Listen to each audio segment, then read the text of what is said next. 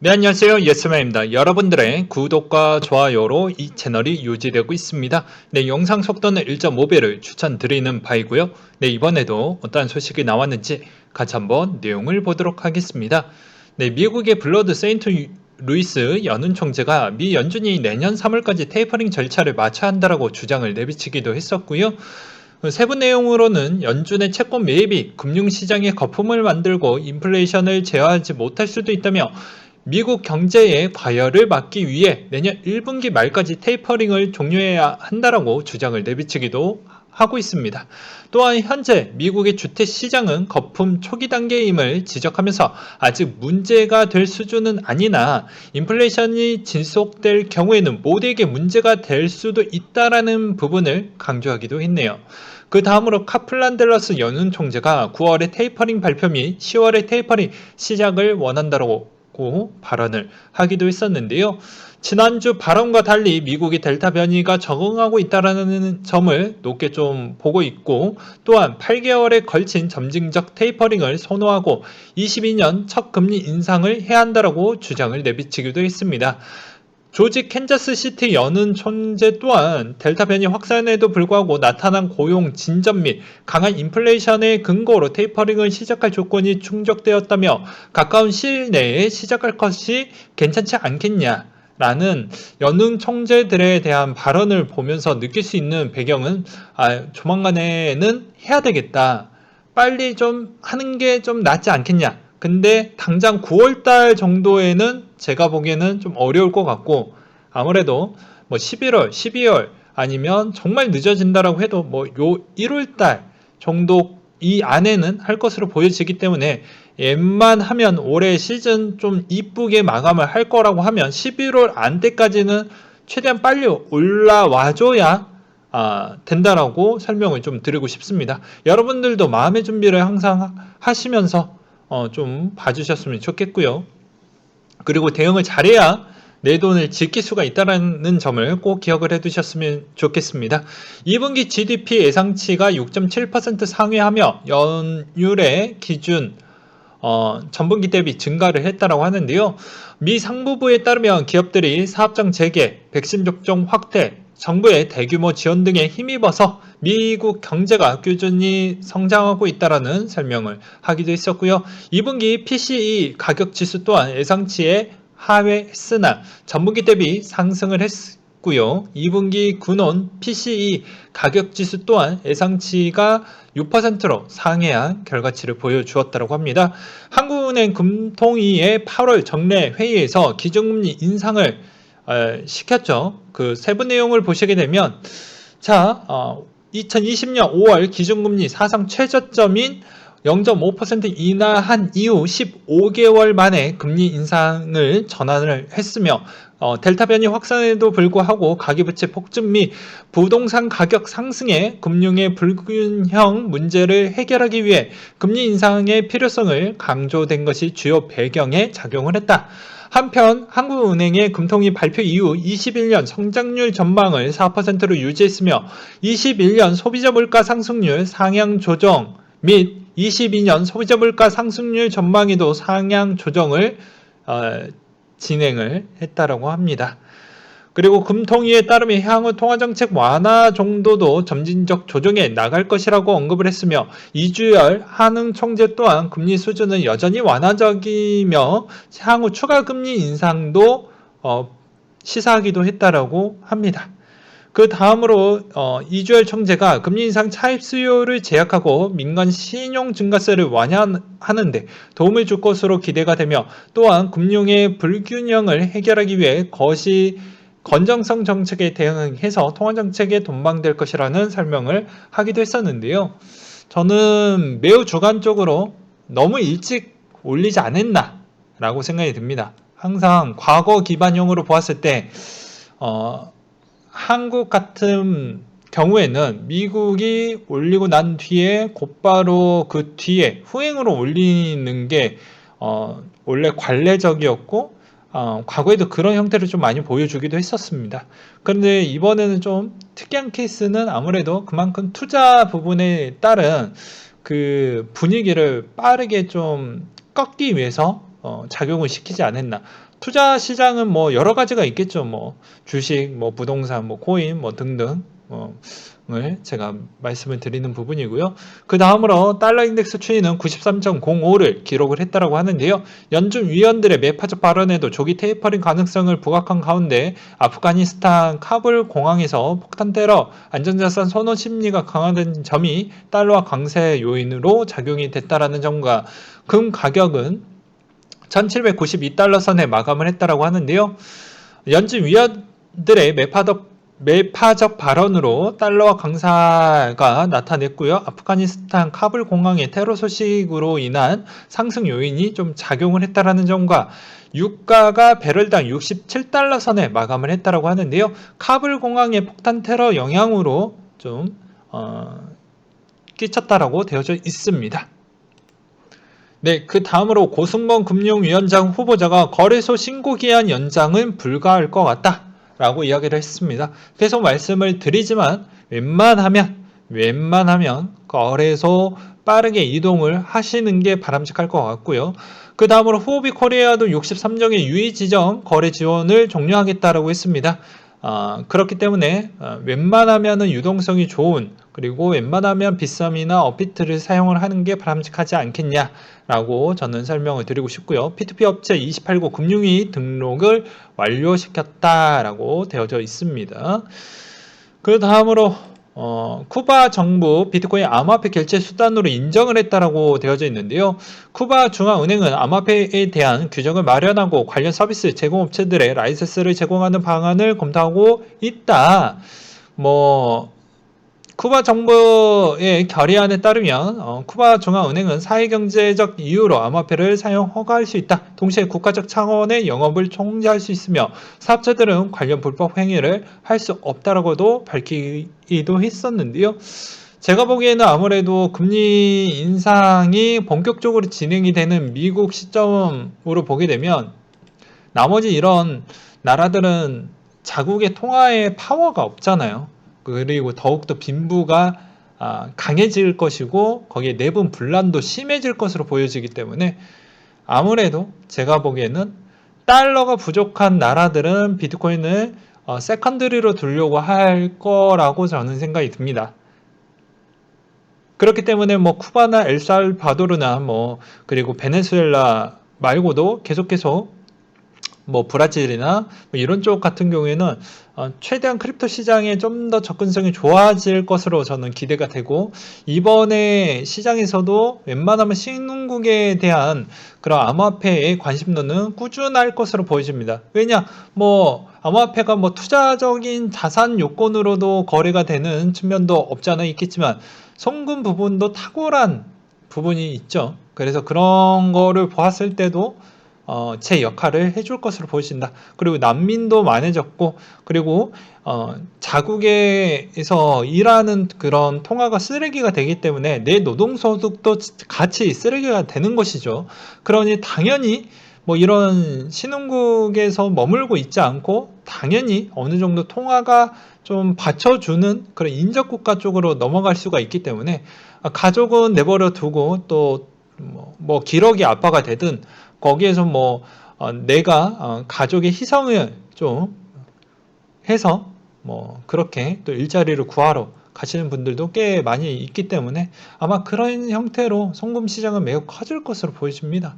그래서 송금을 누가 제패할 것이냐가 중요하다. 그리고 꼭 코인이 아니더라도 국제 핀테크 쪽에 관련된 회사에 투자를 하면 쏠쏠한 재미가 있을 것 같다.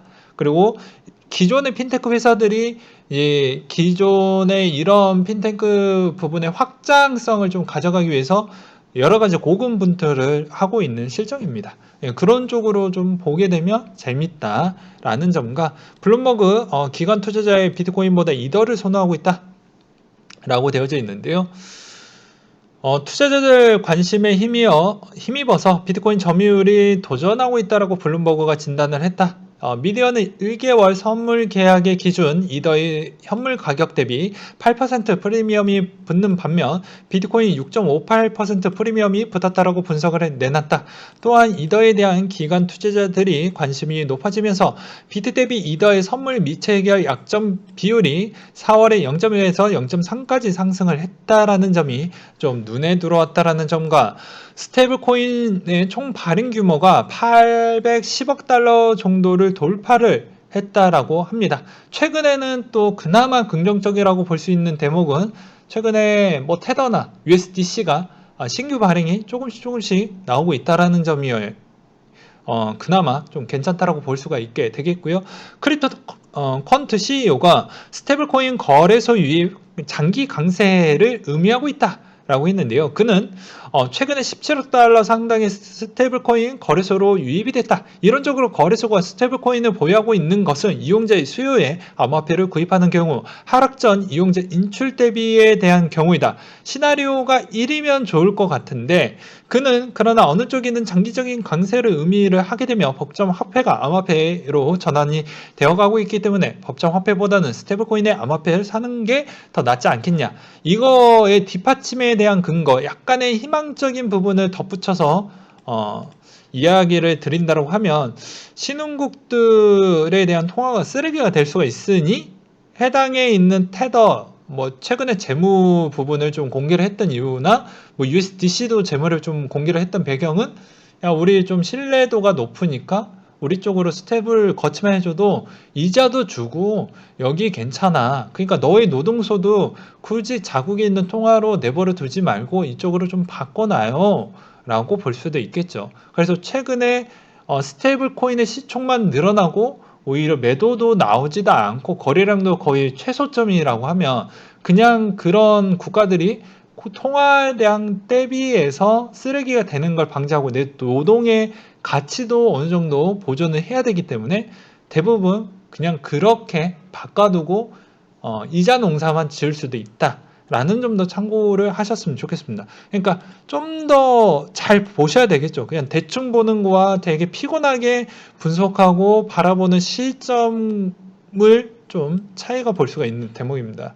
그래서 테더가 생각보다 좀 빨리빨리 올라온다라는 느낌이 들면 약간의 알트코인이나 비트코인 쪽에 대한 가격이 돈방 상승을 해주면 좋겠지만 그렇지 않았을 경우에는 오히려 약세를 보여주면서 테더가 올라가는 경우 또는 비트코인 자체가 오히려 횡보하면서 테더만 올라가는 경우는 이게 제일 애매한 세 번째인데 그냥 사기 위해서 잠깐 기다리는 물량인 것인지 아니면 그냥 바꿔두고 기존의 나머지 통화량 대비가 상당히 진짜 박살이 나서 매력이 없었을 때 테더에 있는 쪽이나 나머지 스테이블코인 쪽이 급격하게 시총이 올라가는 모습이 보여지는지 이거를 좀 대조를 해서 보시면 더욱더 공부가 잘 될 것으로 보여집니다.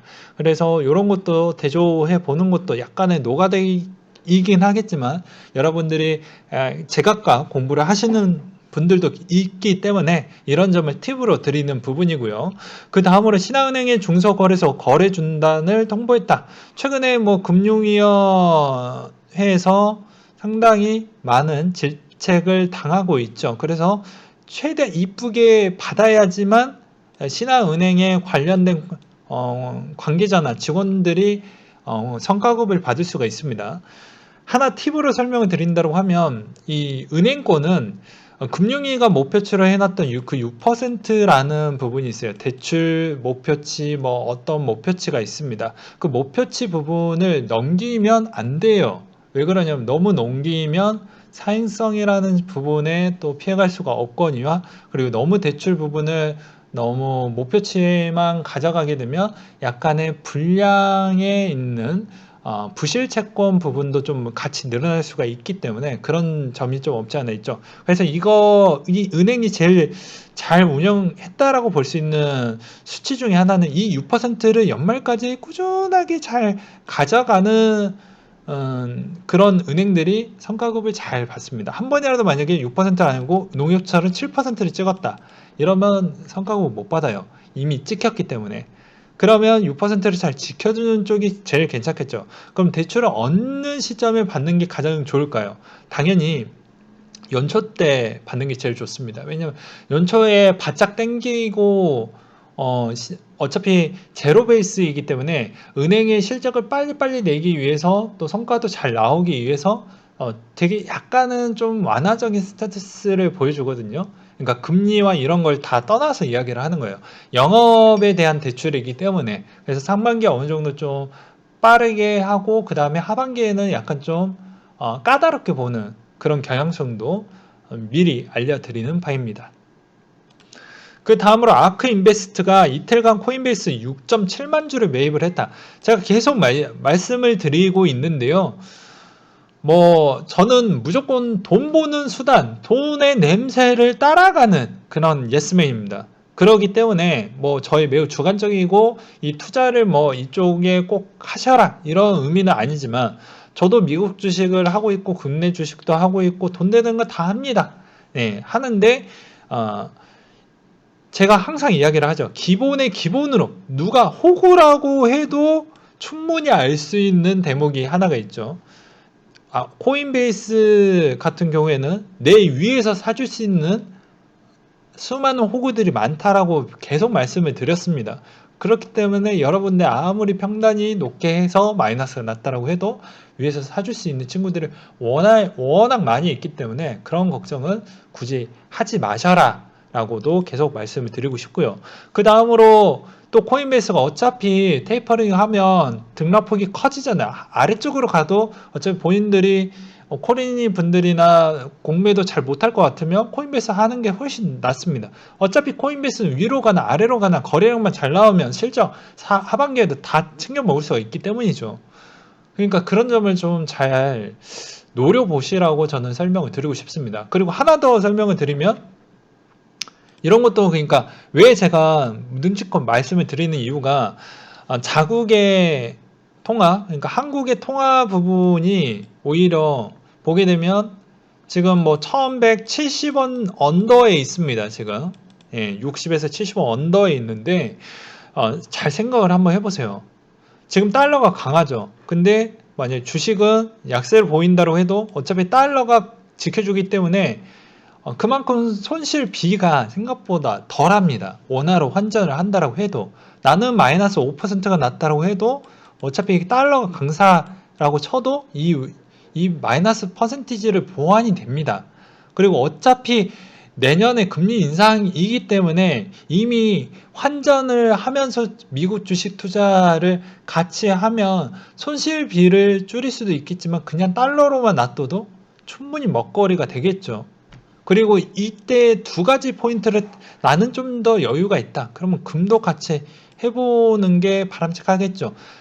강달려면 원자재의 금 자체도 약간 약세를 보여주니까 투트랙 전략으로 가져가는 게 가장 좋습니다.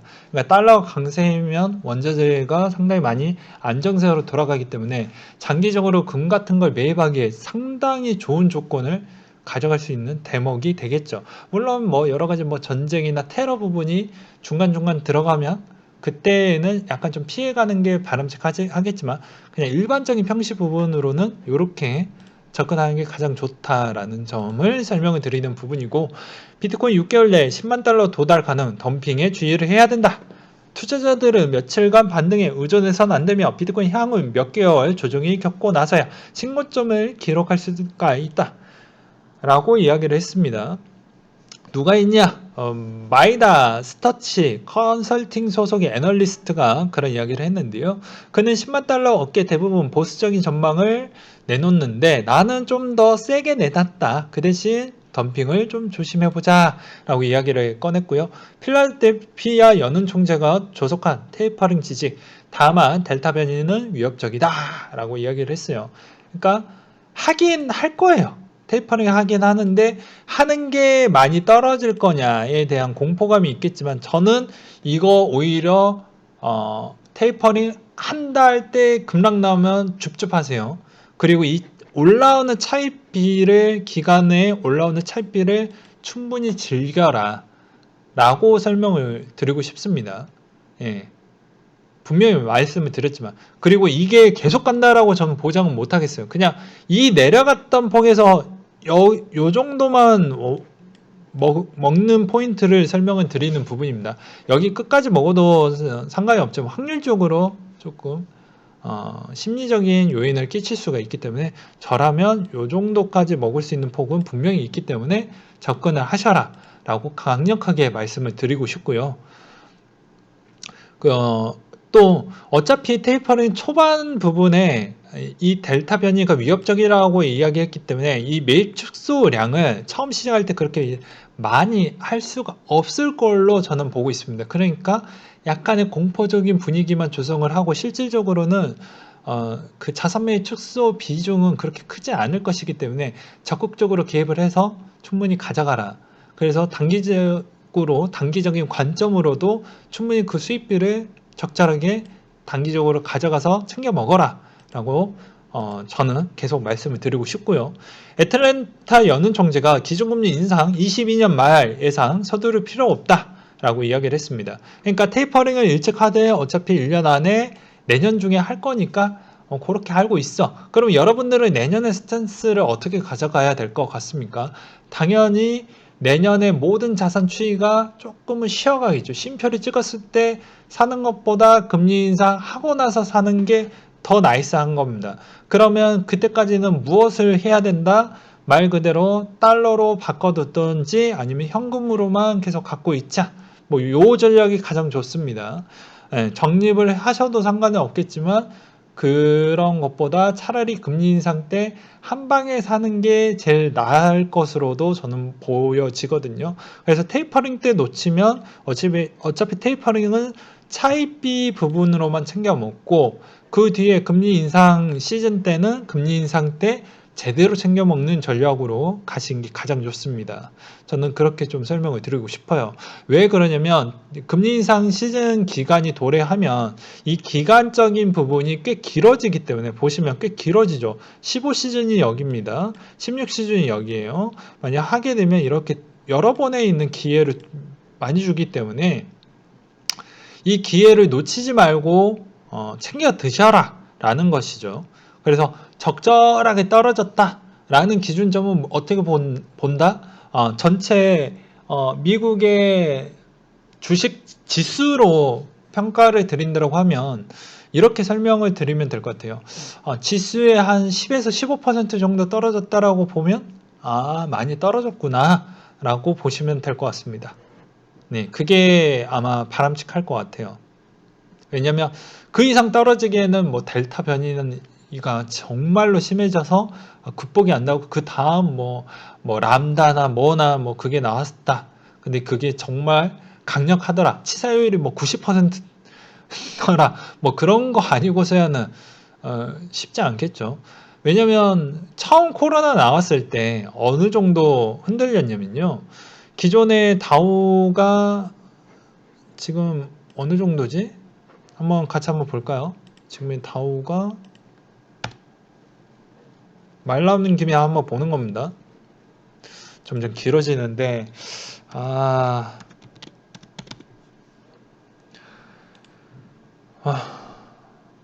다우가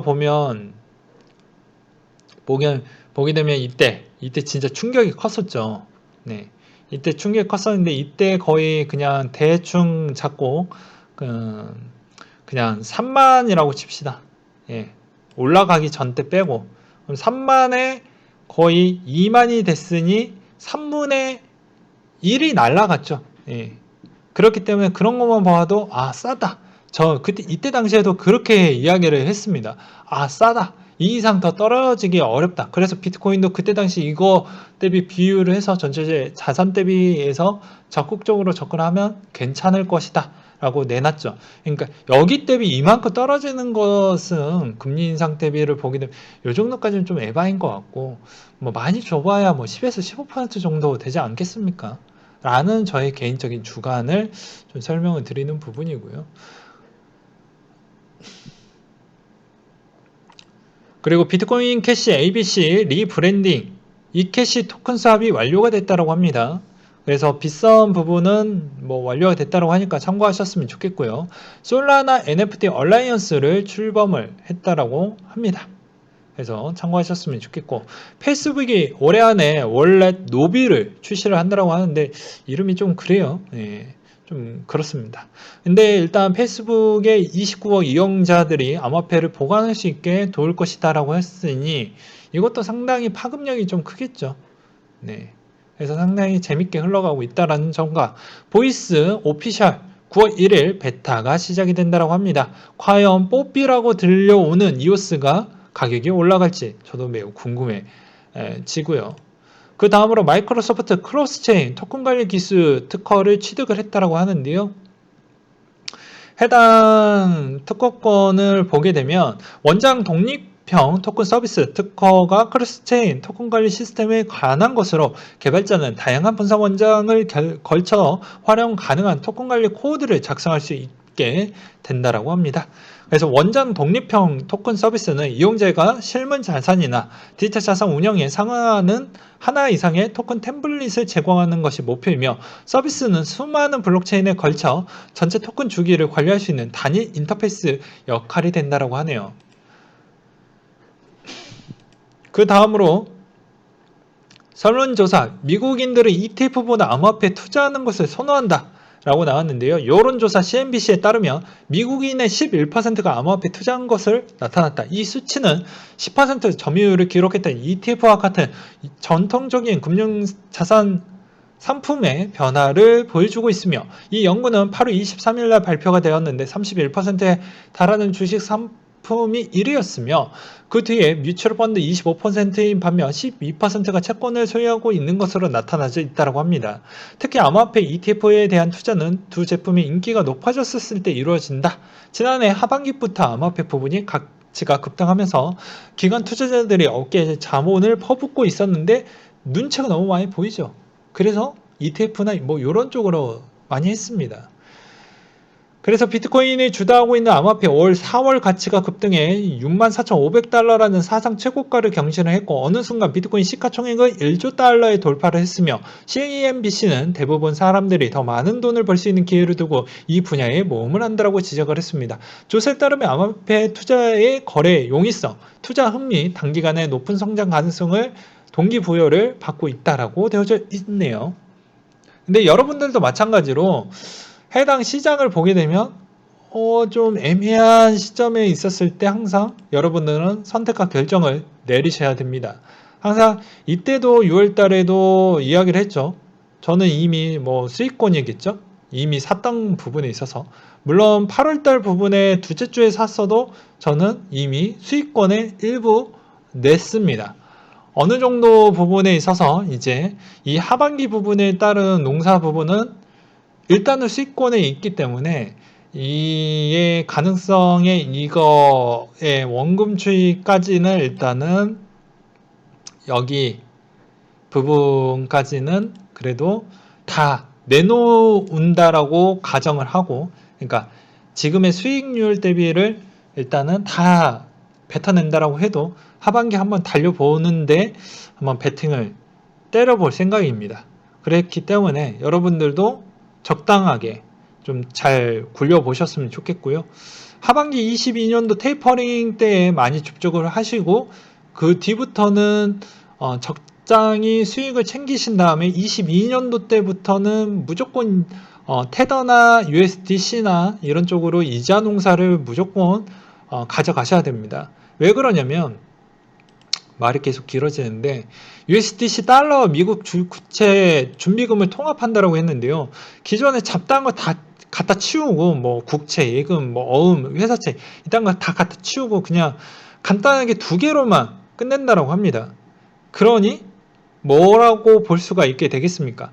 야, 우리 그냥 순수한 달러 부분이야 라는 걸 강조를 하는 것이죠. 그러니 들어와라. 야, 우리 이자도 주고 그런 상품들 많아.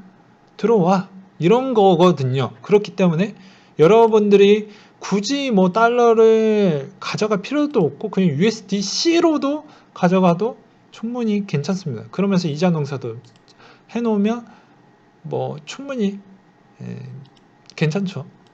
네, 그래서 뭐 선택과 결정과 전략은 상당히 중요하다. 맨날 뭐 제가 뭐 전략가에서 가장 재밌게 그리고 최대한 게임계 쪽에서 보게 되면 좀 존경하는 사람은 이묘한 씨인데요.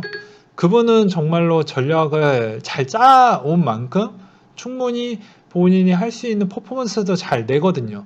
그만큼 얼마나 노력을 많이 했을까요? 그러니까 여러분들도 여러분들 돈을 지키기 위해서는 그만큼 열심히, 예, 자료도 따로따로 챙겨 보시면서 본인의 생각이 정말 나중에 이런 결정을 했었을 때 후회하지 않을 결정을 잘 내리셔야 된다는 점을 다시 한번 말씀을 드리는 부분입니다. 왜 제가 이런 이야기, 듣기 싫은 이야기, 선생님 같은 이야기, 뭐 아빠가 맨날 너 저럴 줄 알았다 뭐 이런 이야기, 예? 아들한테 뭐 그런 이야기를 하는 이유는 무엇일까요? 이제 이 시즌 때 분명히 코린이들은 아무 생각 없는 코린이 분들은 여기에서 아마 이 중간 사이에 아마 미친 듯이 이제 또 커뮤니티에서 난리가 날 것입니다. 어떤 난리? 저 이제 망했습니다. 아무것도 대응 못하고 그대로 당했습니다. 저 어쩌죠? 뭐 이런 이야기 많이 나오겠죠.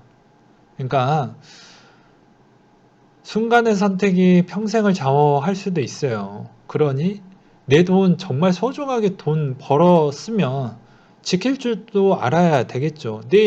자, 봐보십시오. 뭐 이게 적절한 예시가 될지 모르겠지만 저는 참고로 애인이 없습니다. 여자친구가 만약에 있다라고 보고 그 여자친구를 잡기 위해서는 나에 대한 무언가에 따른 매력이 있어야 되겠죠. 예, 장기적 연애를 오래 했음에도 불구하고도 그 매력이 계속 유지가 되게끔 긴장감을 줘야 됩니다. 근데 그 긴장감에 대한 끈이 좀 떨어지게 되면 이 상대방에 따른 어, 이 사람은 언제든지 도망갈 수가 있거든요. 돈도 마찬가지예요. 긴장의 끈을 놓는 순간 이 돈이라는 거는 지켜낼 수가 없는 거예요. 여러분들이 20억을 벌든 30억을 벌든 있잖아요. 어차피 돈을 벌었을 때도 지키는 전략과 그런 기술과 경험도 중요해요. 근데 그런 것도 이제 막 부자가 되신 분들은 그런 경험치가 부족하겠죠. 그러면 당연히 그 돈 금방 없어집니다. 왜? 지킬 줄 아는 지식이 없기 때문이죠. 경험도 없기 때문이죠. 그래서 그만큼 그런 돈을 벌었다라고 해도 그 벌었던 거에 따른 또 공포감이 옵니다. 예, 와요. 왜? 어느 순간 내려올 수 있다라는 게 꽤 그게 두렵거든요. 그래서 사람들이 대부분 부동산을 많이 하는 이유가 뭐 그런 거라고 볼 수가 있겠지만 이제는 부동산은 유지비가 너무 많이 들어갑니다. 할 거면 뭐 토지나 뭐 극단적으로 보게 되면 임대 시장은 끝났고 할 거면 뭐 정말 그냥 본전 측에서 약간 재미 좀 보는 정도 그냥 뭐 건물이나 아니면 진짜 토지나 이거밖에 전 없다고 보거든요. 상가는 거의 본전치기밖에 못하니까 지금 상태에서는 본전치기도 못할 수도 있습니다. 그러다 보니까 오히려 배당주로 가기에는 그만큼 기업에 따른 분석이 필요하는데 쉽지가 않고 ETF 또한 운용사에 대한 신뢰도가 높아야 되는데 ETF에 따른 그것 또한 분석도 매우 공부를 많이 해야 되거든요. 그러니까 돈을 어디다가 맡겨둬야 되는 마땅한 위치가 지금은 쉽지가 않습니다.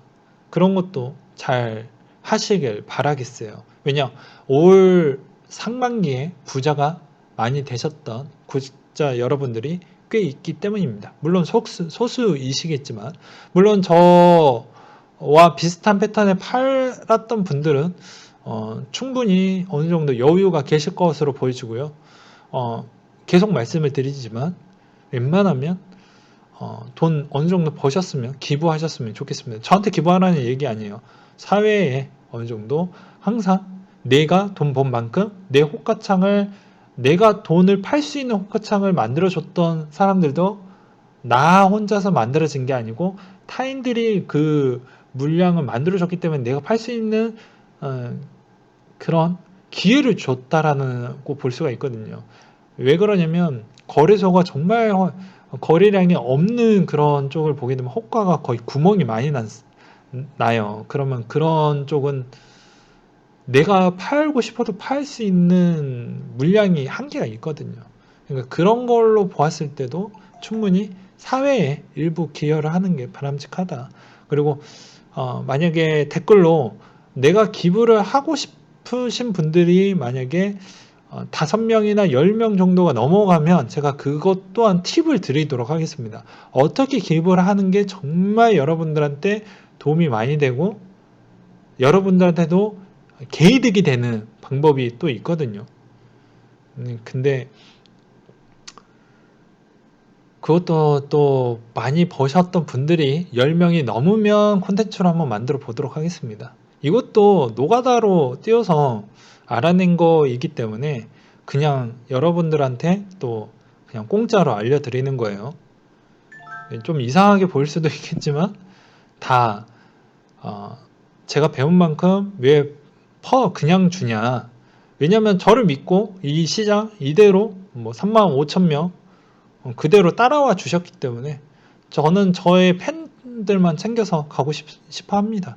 그래서 제가 배운 만큼 항상 더 많이 드리려고요. 왜냐하면 내가 풍족하니까 그만큼 지식을 더 많이 나눠줘도 저한테 손해볼 게 없잖아요. 네.